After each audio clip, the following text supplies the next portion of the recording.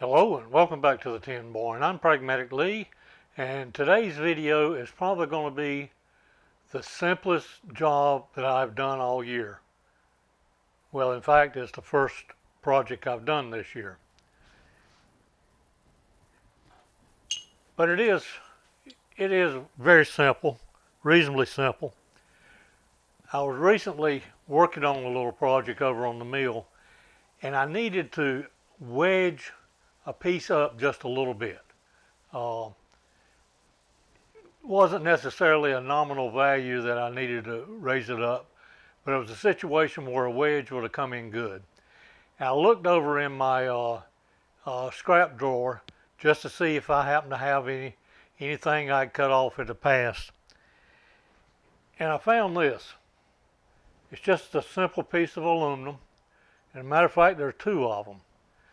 They're saw cuts on both edges, but they worked very well.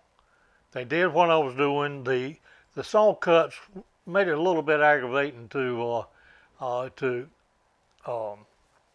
gradually or adjust them in minute values.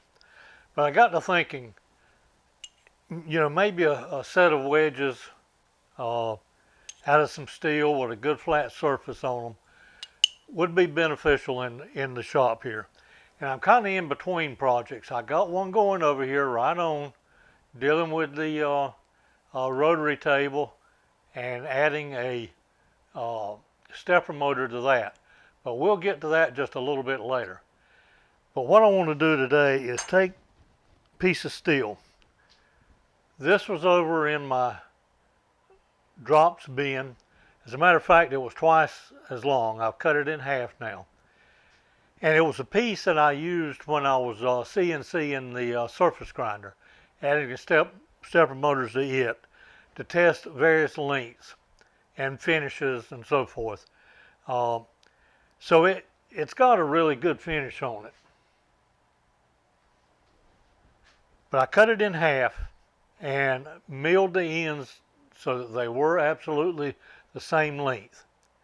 And what I'm going to do is make two wedges out of these. Let me pull you in a little bit closer and show you what we're going to be doing. The overall length of our piece of stock is 4.43 inches. I want the taper length to be 4 inches from the small end to this point, 4 inches. That'll give me a little flat up here on this end. The small taper end is 100 thousandths, 0.1. The large taper end is 0.725. And I've done this type of math before, especially when dealing with setting the compound on your lathe to turn a taper. But on the lathe, the angle that it comes up with would be half this value because we're cutting on from the center point of our workpiece to the outside edge. And that's what I refer to as the compound angle. The included angle is twice that. And that computed out to 8.934 degrees. I'm going to round that up to 9 degrees. Now I'm going to put a little die chem on this piece, let it be drying, but in the meantime I've already got a piece set up in the mill. So let's turn to the mill now and start milling out this this taper right here. Alright, over at the mill, like I say, I've put some die chem on here, and at this end I scribed a line 4 inches down. I also scribed a line just as a reference, sanity check, down the length of the taper. But what I did was take two of my angle blocks, a number 5, a 5 degree, and a 4 degree. And I took this piece of flat stock here, it's aluminum stock. I think it's about 3/4 of an inch. But I used that to set on. That worked a lot better than trying to use a thin parallel there. But got this set at my 9 degrees and got the vise good and tight. So what we're going to do now is mill down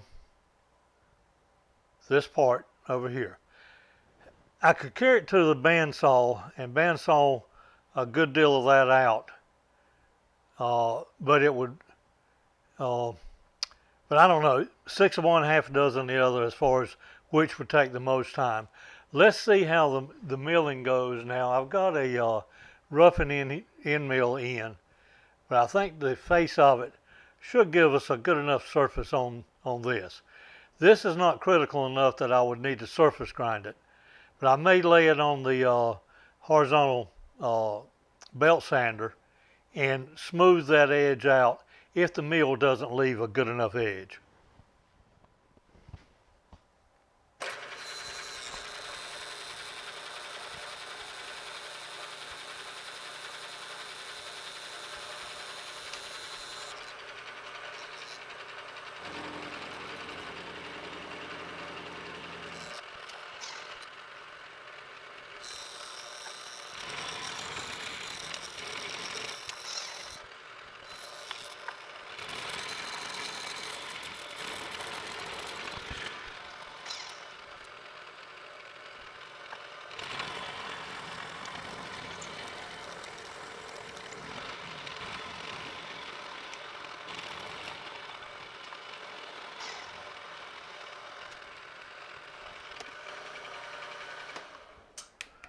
All right, that's cutting pretty good. I'm going to try to get a little coolant going on it.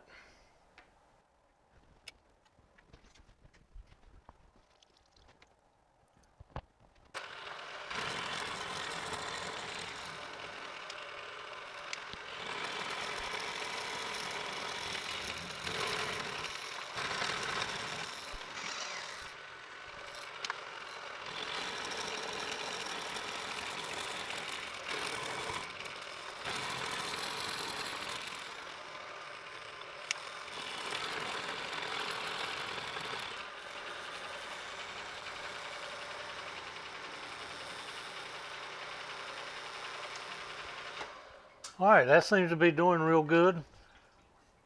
I like that it's giving me a straight line across here, meaning everything is trimmed like it should be. I'm going to keep cutting on this a bit, and I'll bring you back along during the process. I guess I'm probably about halfway down now, and I took my my two 5 and 4 degree angle blocks, cleaned out under there good, and double checked to be sure everything was staying the same, and it is. And when we get down to that bottom, we're going to be just above this vice jaw. So it's going to be getting close down here, but it's going good. I think we're fine now. I'm taking about 40 thousandths depth of cut each time.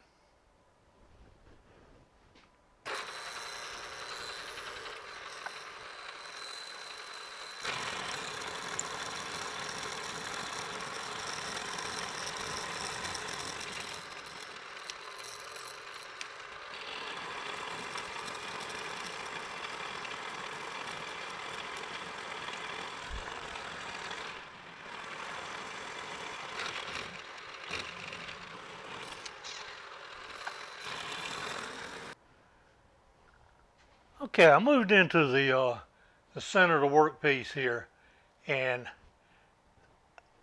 I kept easing down, being sure I didn't get into the vice jaws, but I was able to get another 40 thousandths, and I might be, I don't know, I might be 20 thousandths off the line, but we're going to make this cut. It's going to be close to the jaw, or yeah, to the vice jaw. But I believe it'll clear, and then we'll look and see if we think we need to go any deeper.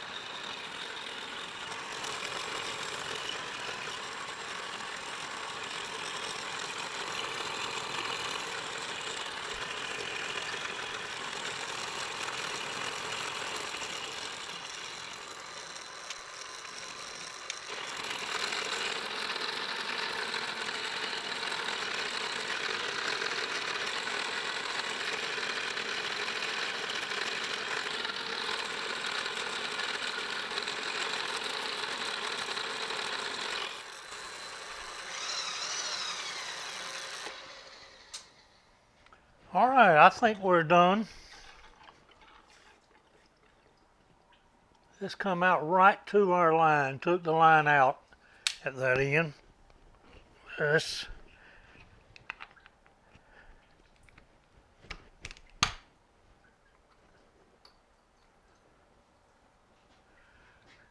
now it needs a little deburring, but other than that, that looks really good. I'm going to carry it over to the dirty sided tin board, ease these edges right here, deburr it, lay it down on the horizontal belt sander, and just shine that up just a little bit.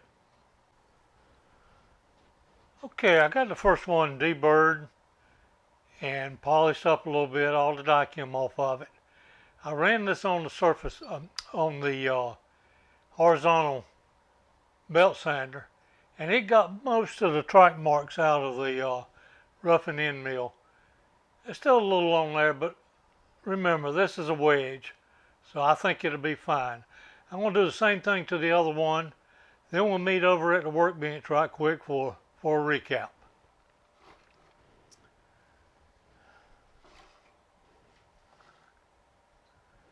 Alright, I've got both wedges completed now, got them deburred and polished up. I think they turned out rather well. They can be used, of course, opposing each other to help level up or set an angle on a piece on the mill table. Any kind of setup.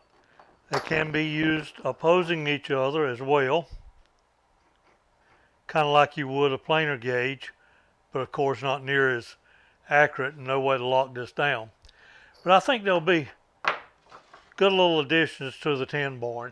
I hope you enjoyed this little project. Take care, and I'll see you on the next video.